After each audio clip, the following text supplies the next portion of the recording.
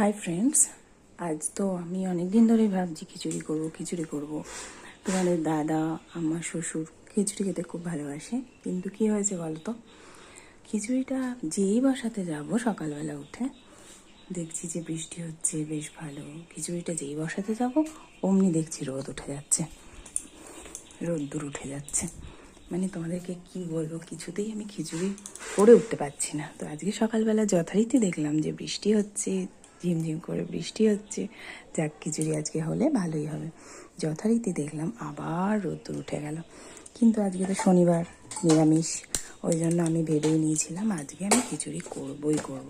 সে রোদ্দুরই উঠুক আর বৃষ্টি আবার আসুক, চাই নাই আসুক। তো দেখতেই পাচ্ছ আমি এখানে ডাল আর মুগের ডাল 500 গ্রাম আর 500 গ্রাম আতপ চাল আগে থেকেই হলুদ নুন দিয়ে সেদ্ধ করে রেখেছি। আর এখানে আমি তেল গরম করে কড়াইতে শুকনো লঙ্কা ফোড়ন দিয়ে নিচ্ছি। এটা আজকে নিরামিষ খিচুড়ি, যেহেতু আজকে শনিবার, তাই না হলে পেঁয়াজ দিয়েই খেতে বেশি ভালো লাগে খিচুড়ি, পেঁয়াজ রসুন ফোড়ন দিয়ে। অনেকবারই ভাবি ভিডিও করব, তোমাদেরকে দেখাবো রান্নার ভিডিও, কিন্তু হয়ে ওঠে না করা। আজকে ভাবলাম করবই করব। তো দেখো, এখানে আমি দুটো শুকনো লঙ্কা ফোড়ন দিয়েছি আর তেজপাতা ফোড়ন দিয়ে দিচ্ছি একটা বড় সাইজের।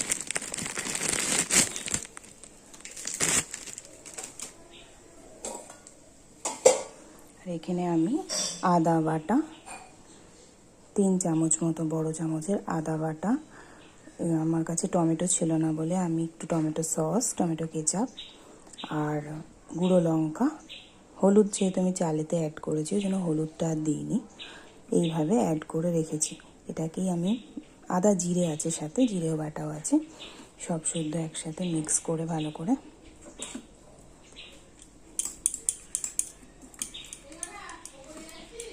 করে মিক্স করে নিয়ে তেলেতে দিয়ে দেবো।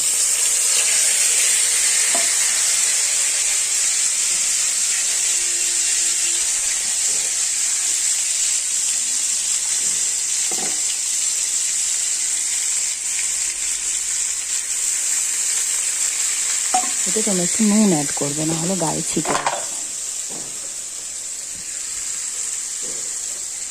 দিয়ে মশলাটাকে খুব ভালো করে কষে নেবে।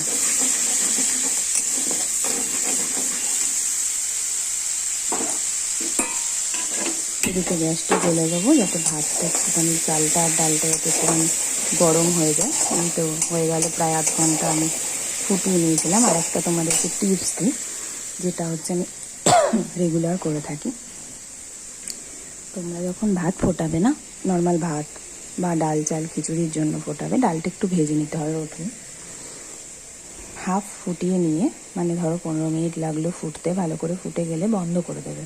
তাহলে কী হবে, আপনা হতেই ওই গরম জলে থাকতে থাকতে চাল ডালটা, বা নর্মাল ভাতের ক্ষেত্রেও তাই, রেগুলার তো আমরা খিচুড়ি করবো না, ভাতের ক্ষেত্রেও ওইভাবেই অর্ধেক ভাত ফুটিয়ে নিলে অর্ধেক ভাত এমনি স্টিমে থাকতে থাকতেই ফুটে যাবে। সেটা যদি আধ ঘন্টা, 1 ঘন্টা, 2 ঘন্টা বাদে তুমি খুলে আর একবার জাস্ট গ্যাসটা জেলে ফুটিয়ে নাও, তাহলেই তোমাদের গ্যাসটাও সেভ হবে, ভাত ফুটেও যাবে। এইভাবেই আমি রেগুলার ভাতটা করে থাকি। তো তোমাদেরকেও বললাম, দেখবে এইভাবে সুবিধেও হবে, টাইমটাও বাঁচবে।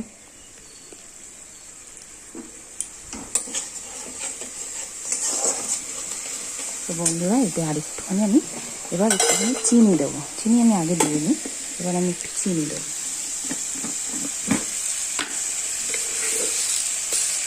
দেখো, বড়ো চামচের 1 চামচ চিনি দিলাম, 2 চামচ চিনি দিলাম।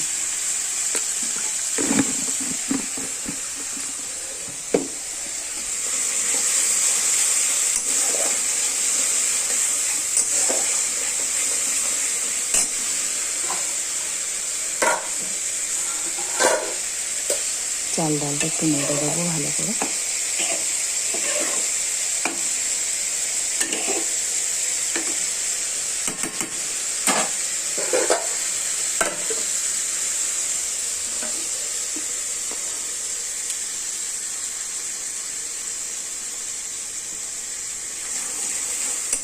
দেখো আমার মশলাটা তৈরি হয়ে গেছে, গ্যাসটা বন্ধ করে দেবো।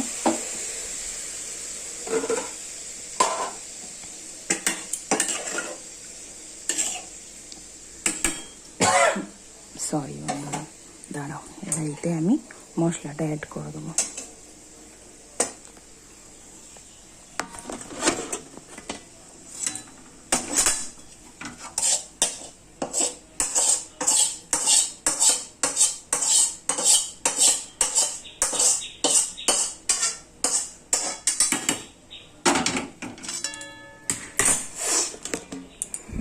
এই দেখো, এইভাবে তোমরা মশলাটাকে ভালো করে মিশিয়ে নেবে খিচুড়ির সাথে।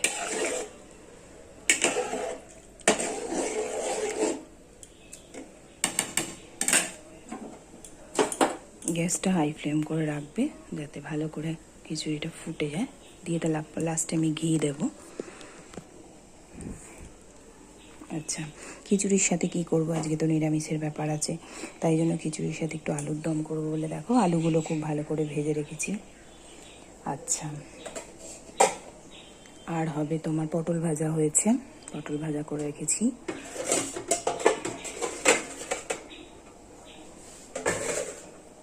আচ্ছা, আর একটু খাওয়ার সময়তে এই দেখো মটর ডাল ভিজিয়ে রেখেছি, এটা খাওয়ার সময়তে একটুখানি বেটে মটর ডালের বড়া করব। আর চাটনি কালকের আছে, সেই চাটনিটা দিয়েই আমরা আজকে লাঞ্চ করব। তোমাদের সবাইকে অনুরোধ রইল ভিডিওটা দেখার জন্য। Thank you so much.